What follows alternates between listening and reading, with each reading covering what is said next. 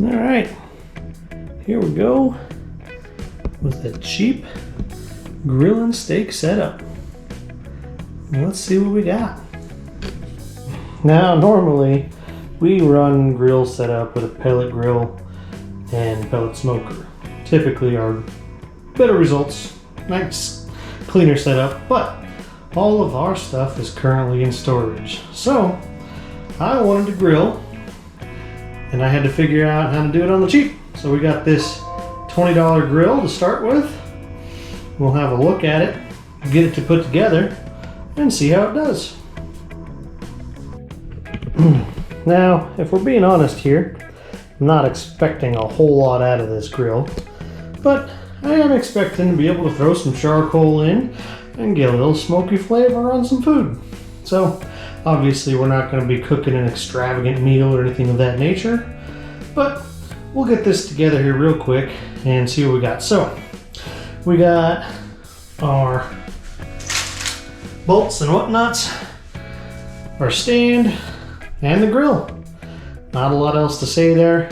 Let me get the stand together and see what she looks like. And ta-da! Just like that, we have a grill. Alright, let's take this guy outside and take a deeper look at it. It's not very deep, so I'll just show you what it does. Well, unfortunately, there was quite a bit of noise going on outside today, so back to voiceover. Anyhow, here's the grill. Not much craziness going on here. Lid sits back. Grates on the bottom. Underneath, the stuff to hold the charcoal. Here's a little lip that holds the lid onto the back. And you got your air louver on the top. Increase, decrease your temperatures a little bit and slowly. And there's also an air louver on the bottom. Again, increase, decrease airflow, adjust your temperatures.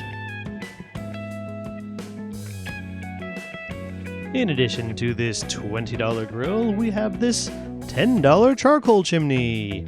Now this just makes it a little easier to light and manage your charcoal all in one spot, get it all heated up nice and evenly. We also have a cheap bag of instant light briquettes. Nice and simple. And nothing complicated here. Take briquettes, put in a chimney, light chimney, and fire. Now, I was actually quite impressed with these instant light briquettes because typically when you acquire instant light briquettes, they don't light. However, these ones lit right up, no problem, and burn for quite a good time. Now, I will admit here I got a little antsy. Poured this stuff a little early. I should have waited for more burn to happen through all the briquettes. But I was hungry. I wanted things fast. So here I am pouring out hot briquettes that are still on fire rather than letting them burn all the way through. Alright, and here I'm just spreading out the coals fairly evenly to one side of the grate. This way you have a hot side and not necessarily a cold side, but a warm side so that you can sear on one side and actually do the slow cook on the other. Didn't quite pull that off on this run, but we'll talk about that later. And for our foods today, very simple. Steak, salad, potatoes. Nothing crazy here. I'll show you seasoning up the steak, prepping the potato because we're going to cook that on the grill as well. And we'll get everything rolling. Alright, so for the steak here, and apologize, the lighting is not going to be the greatest in this setup. We're just going to go with the basic salt, pepper, garlic. Because really, honestly, steak doesn't need much more than that. So these are pretty large steaks, so we're going to go with a pretty heavy helping here of the salt. Pretty heavy helping of the pepper.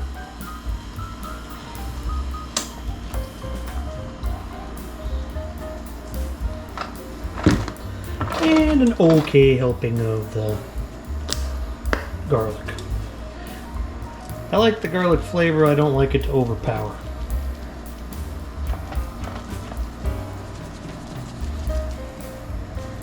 Alright, we'll do that same thing for the other side and hit the sides, and we'll prep the potato.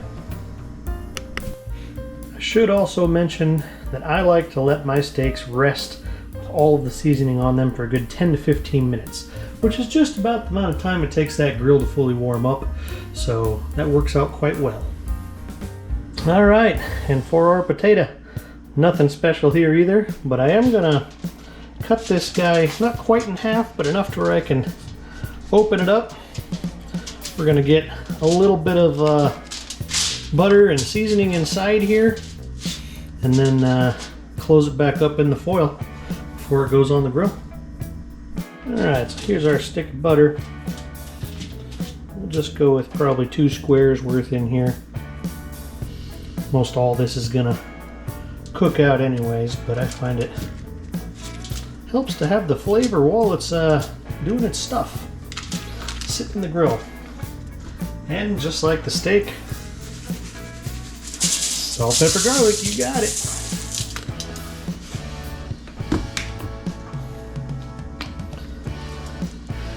And I know there's a ton of different seasonings, ton of different things you can add to these guys, but when you're going basic and you're not home with your normal stuff, it's the easiest way to go. Alright, wrap this guy up and we'll get it on the grill.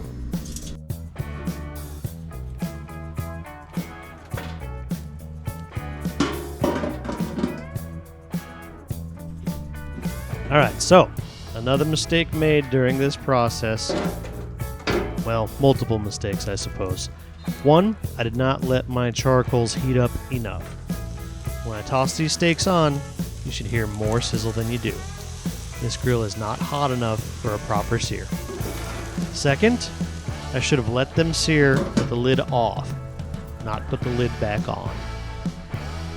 However, my process here is 2 minutes, 90-degree turn, 2 minutes, flip, so on and so forth. Now that process does work, and did work fairly well, even though I did not cook these in a proper manner.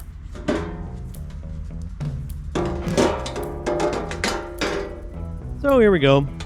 Just a quick 90-degree turn, and a 90-degree turn, and everything back on. Again, I should have left the lid off, allowed these to seep down, for everything to heat up a little better, and this would have come out a lot better.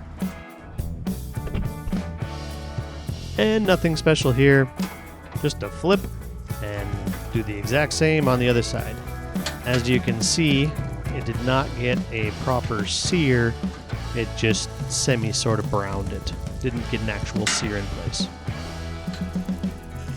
Quick 90-degree turn, a few more feet picks for everybody, and another 90-degree turn. It was at this moment that Pastime Critique realized he had screwed up. And he finally went ahead and left the grill top off. However, a little late to do that now, but oh well, we'll give it a shot.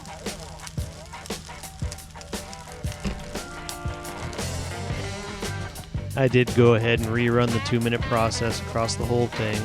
Problem being with doing that at this time is the steak was pretty much going to be mostly cooked by the end and not get that proper char needed on the sides.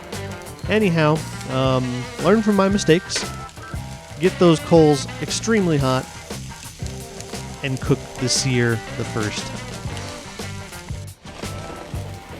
Hey look, it's weird. When you leave the lid off, you get proper flame and proper ability to sear, and things start to char out properly. My goodness.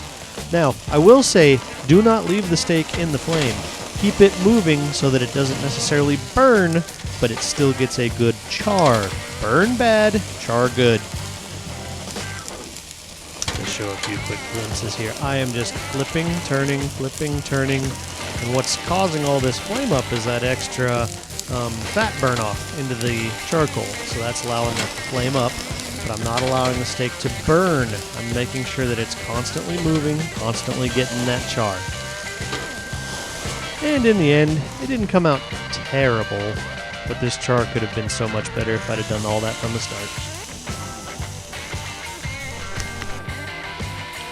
Now, some people say they can go by feel, but I find it extremely important to grab an actual temperature on your meat.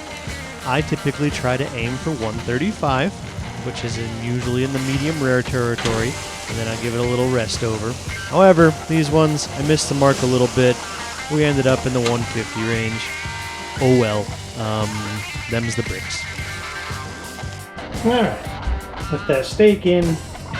We're gonna let that rest for another, I don't know, 10-15 minutes again.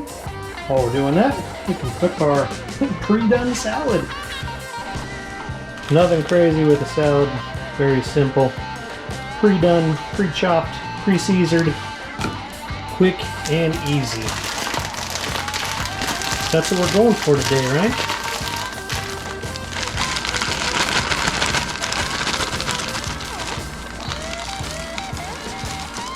Comes with your dressings and everything else. Nice and simple, and a couple crumbles. So ideally, you know, it's not the best Caesar salad, but hey, it was cheap. That's what we're going for. It actually came with more than I thought. You get Parmesan, crumbles, and your Caesar dressings. Get that on there, see what it looks like. And there we go. $2 salad. Alright, we've been resting about 10 minutes or so. Let's see if we screwed these bad boys up, or if they're going to be alright.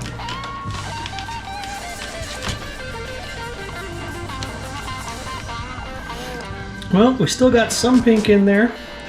A little more on the medium side than I'd like. I typically like a medium rare. But hey, it's a new grill. Trying new things. All that matters is what it tastes like in the end, right? Let's see what that comes out like.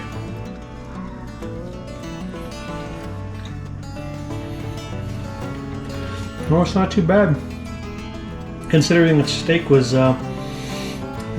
just a choice steak, flavor on that came out really good. These were, after all, just $10 steaks. And there we have it. Cheap, quick, and easy steak dinner. Thanks everybody for watching. At least we're cooking back outside again, right? See everybody next time.